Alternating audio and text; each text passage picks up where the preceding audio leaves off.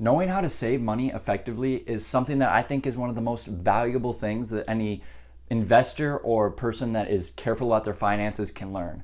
And although I think it's a pretty simple process, many people struggle with this, and it's understandable, but it is scary to see reports like, oh, more than 50% of Americans can't pay for an emergency $1,000 fund or an emergency $1,000 fee. All right, guys, quick correction. Most of the reports actually say something along these lines. 40% of Americans can't pay for a $400 emergency expense. I still find this alarming, and I might even find it more alarming. So my argument is the same, but I wanted to correct that.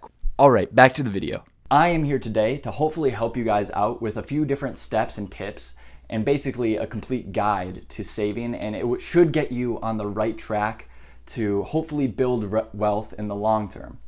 So without further ado, I want to get right into the video, guys. If you do enjoy and it helps you, make sure to leave a like and subscribe. It helps out the channel a ton. And let's get right into it. So the first step that I want to identify for anybody who's trying to improve their saving out there is to identify what your goals are. Are you someone who's just trying to save for a frugal retirement? Are you someone who is trying to build a net worth of $1 million by the age of 30? These are drastically different goals, and that's gonna affect your savings plan a lot as well. So I think this is something that you need to start asking yourself. You need to start asking yourself questions like how much money you want to build by certain time periods. And I do think you need to be very specific with these goals, or else they don't come true in the long run. Something else I kind of want to lump into this tip is to assess your current financial situation. Are you rich? Are you poor? But more importantly, do you have a lot of outstanding debt? Because if you do, that might change your savings plan a decent amount, be it college loans, credit card debt, or the list goes on of different kinds. But I think you should assess to this first, because I don't think that you should be trying to invest or save enormous amounts when you still have a lot of outstanding debt, as it will kind of just cancel each other out. If you do have a lot of outstanding debt, I still do recommend that you build a small emergency fund of a few months' expenses. This will help you in any case of drastic emergency that you need to pay for. But I don't think that you should be saving large amounts when you still have a lot of debt.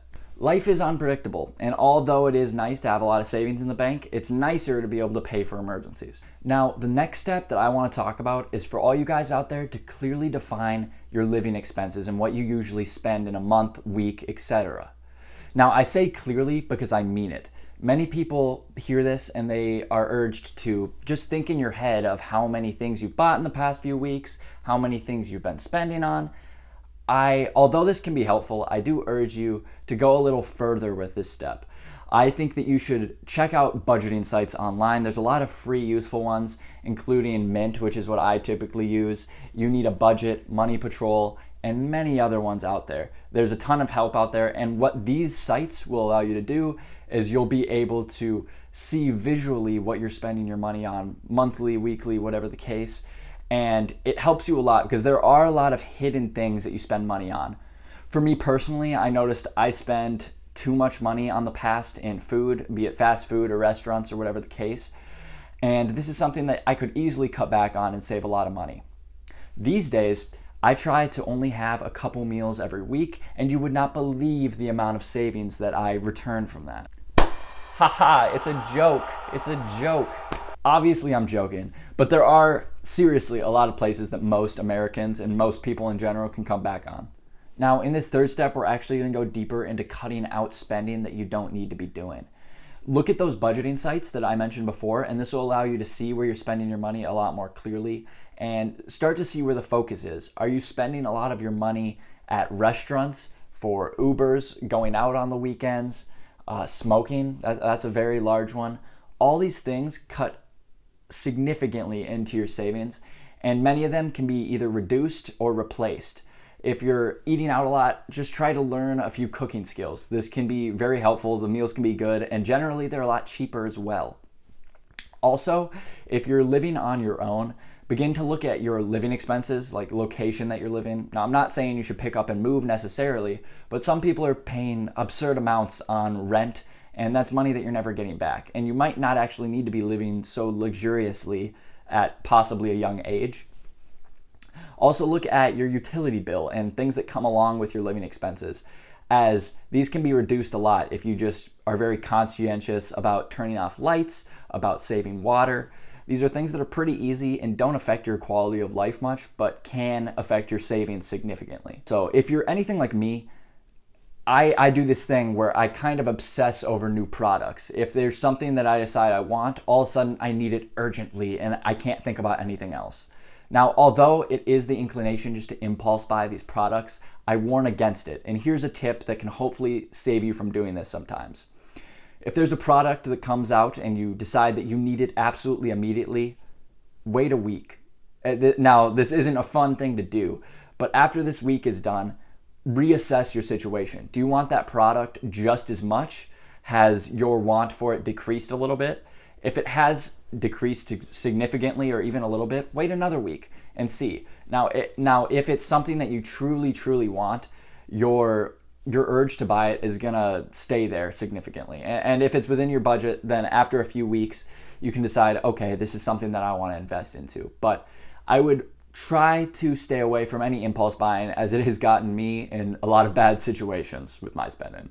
Now, another little life tip that I can add on to the end of this step is if you're still spending too much money on random gadgets or gizmos, just try using cash for a while. Rather than paying with a credit card or debit card, use cash, as it's studied and has been proven to reduce spending, but also it's just a very significant reminder every time you buy something that you are giving away 20, 40, 60, however many dollars away, because you literally have to give that money away, and you see it much more visually, and it has much more of an impact than just sliding a credit card through a machine.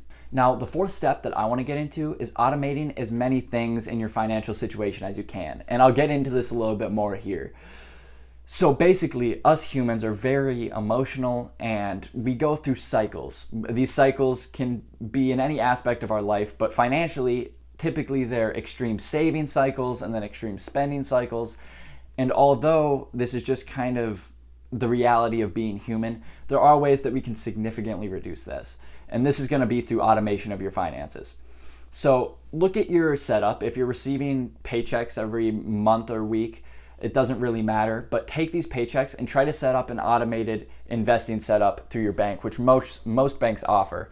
So what I have set up is basically I'll receive payments through my paychecks or whatever else, and half of those are taken away and put into my savings account, basically, which is a high yield savings account. So it grows interest over the years rather than just losing value, while the other half is put into checking. And this can be used for not only spending, just discretionary income, but also I use this money for investing. So then I have Vanguard take out a certain amount each month. This is automated and this comes from checking. So I kind of just think about this in my head through the month with my spending, and I know that this payment is going to be coming out, so I don't go below zero or something like that. And also, I leave a little bit of income for personal impulse investing, I guess you could say. Now, although I love automation, I also like diving into certain companies and making certain investments myself, which is why I leave another part of my checking for that as well. And it's kind of all split up into checking, and I try to spend as little as I can on just random things. But this helps me a lot, and you'd be surprised because your savings will automatically grow with this, because you're putting a certain amount of your paycheck into savings, and that isn't touched unless you need to or you're changing your financial plan. But don't necessarily just follow exactly what I did with the 50-50. It changes drastically based on your income, your living expenses, and many other factors. So you need to kind of figure out what works best for you and how aggressive of a saver you can be, which also kind of plays into the first step, which I mentioned, which is create your plan. How much are you trying to save and how much are you trying to spend? Okay, now the fifth step I want to get into is basically creating more income for you to save. This might feel obvious, but one of the best ways to save more money is to make more money. Wow, thank you so much, Colin. But seriously, it is. And there's a lot of ways you can do this, even if you think that it's not possible. If you have a steady job already, think about creating a side hustle, and that applies to really anybody. But just try to find ways that you can augment your income, whether that's picking up more shifts at your job or doing something creative in your life. Think of this YouTube channel even. This is technically a side hustle. I'm not really making money from it at this point, but this is something that is not only a hobby and I just enjoy doing. I think it's a whole fun process, but also could augment income. Something else I've done a lot in my years is mowing lawns. I might make a video about passive income more in depth, but mowing lawns is a great way to just augment your income in a certain way, and it's not that hard either, because if you live in a neighborhood, it's very easy to find people that are older and need someone to mow their lawns. Also, if you don't want to think of any passive income sources or any side hustles, just try to focus on career development. Really hone in on whatever you're doing or whatever you want to do in the future, and try to learn as much as you can about this. Although school is great, school is never going to teach you as much as it can to create an absolutely successful person. What you really need to do is a lot of research on your own and find what you're passionate about and dive deep into that category. All right, now the sixth step, or I would even consider it a side note, is to reassess your financial situation about every 6 months or even more often. This might sound stupid and you might just want to do it in your head, but again, set a reminder in your phone.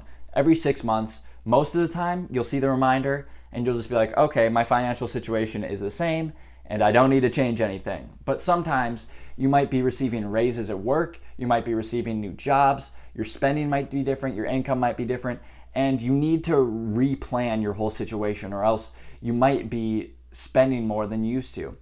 One of the main things I need to warn against is if you receive a promotion or a wage increase somewhere, is to take that money and be spending it. If you really want to be an aggressive saver, any increase in wage or income that you're getting, save that money or invest that money rather than spending more. If you do want to save the maximum amount that you can, you should not be changing your lifestyle drastically just because something in your financial situation changed. Stimulus check. This would be a very good opportunity to either save or invest this money. I hope you guys did enjoy the video. If you did, make sure to leave a like and subscribe. It helps out the channel a ton. Check out the links below. If you want some free money, you can check out the Webull link, and if you deposit $100 into your account, you'll receive 2 free stocks, one of which being valued up to $1,400. I hope you guys did enjoy, and I will see you very, very soon.